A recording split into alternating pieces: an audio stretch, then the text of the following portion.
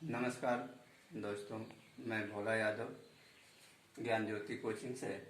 आज आपको हम हुंड का नियम बताएंगे। देखिए, हुंड ने यह बताया था जो कि कोई कोई भी इलेक्ट्रॉन जब किसी उपकोष में भरता है तो पहले एक एक करके भरता है। उपकोष के कक्षक में एक एक करके भरता है और यह भरने का नियम उन्होंने यह बताया कि प्रत्येक कक्षक के जो ऊर्जा स्तर होती है वह लगभग सेम होती है, थोड़ा बहुत डिफरेंस होता है। यही कारण उन्होंने बताया कि प्रत्येक कक्षक में इलेक्ट्रॉन एक एक करके भरने के बाद ही फिर उसमें युग्मित होता है, यानी दो दो भरता है। जैसे बताएंगे ये बात समझ में आ जाएगी।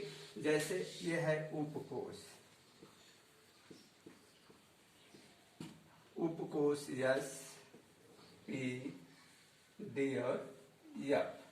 अब इसमें कक्षक, ठीक है।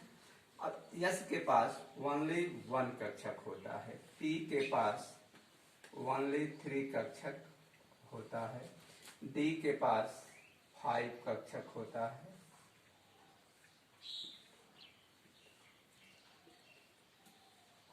और इसके पास 7 कक्षक होते हैं। 1 2 3 4 5 6 ये 7, ठीक है। यानी इसके पास एक कक्षक होता है, यस उपकोष के पास एक कक्षक होता है, पी के पास 3 कक्षक होते हैं, जबकि डी उपकोष के पास 5 कक्षक होते हैं और एफ के पास 7 कक्षक होते हैं।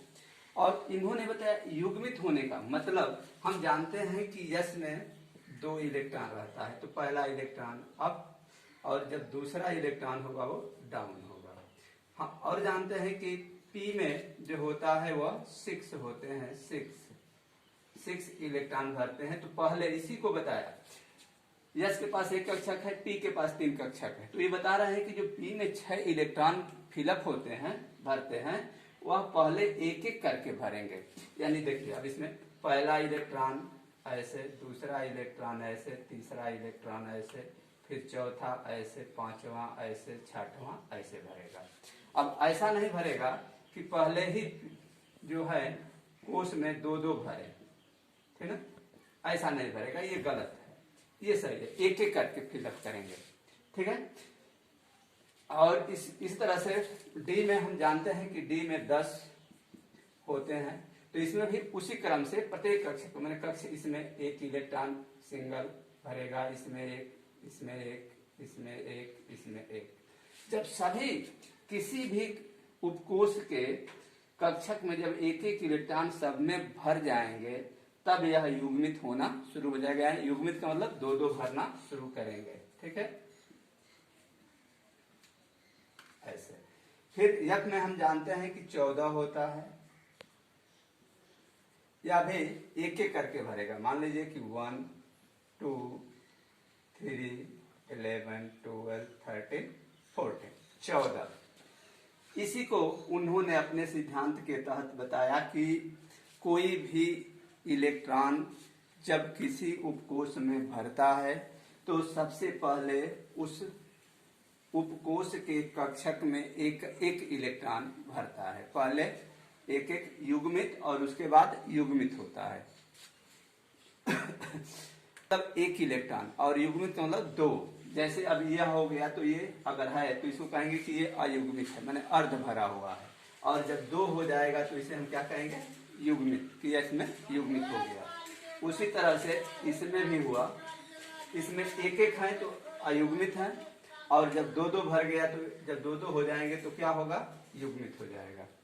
मान लीजिए कि इसमें पी में 4 इलेक्ट्रॉन हो, पी कक्षक में 4 इलेक्ट्रॉन हो, तो ऐसे तो हम ये कहेंगे कि एक कक्षक युग्मित है और 2 कक्षक क्या है, अयुग्मित है। इसी तरह से डी में भी प्रोसेस होगा, इसको हम बता रहे हैं। देखिए, जैसे मान लीजिए कि एक एक इसमें भर गया तो कहेंगे कि डी कक्षक जो है क्या है, सभी अयुग्मित हैं। लेकिन अगर इसमें ये हो गया तो कहेंगे कि युग्मित है। एक अयुग्मित है और 4 अयुग्मित है। फिर इसमें हो गया तो कहेंगे कि 2 कक्षक जो है युग्मित है और 3 अयुग्मित है। अगर ये भी भर गया तो कहेंगे कि 3 युग्मित है और 2 अयुग्मित है।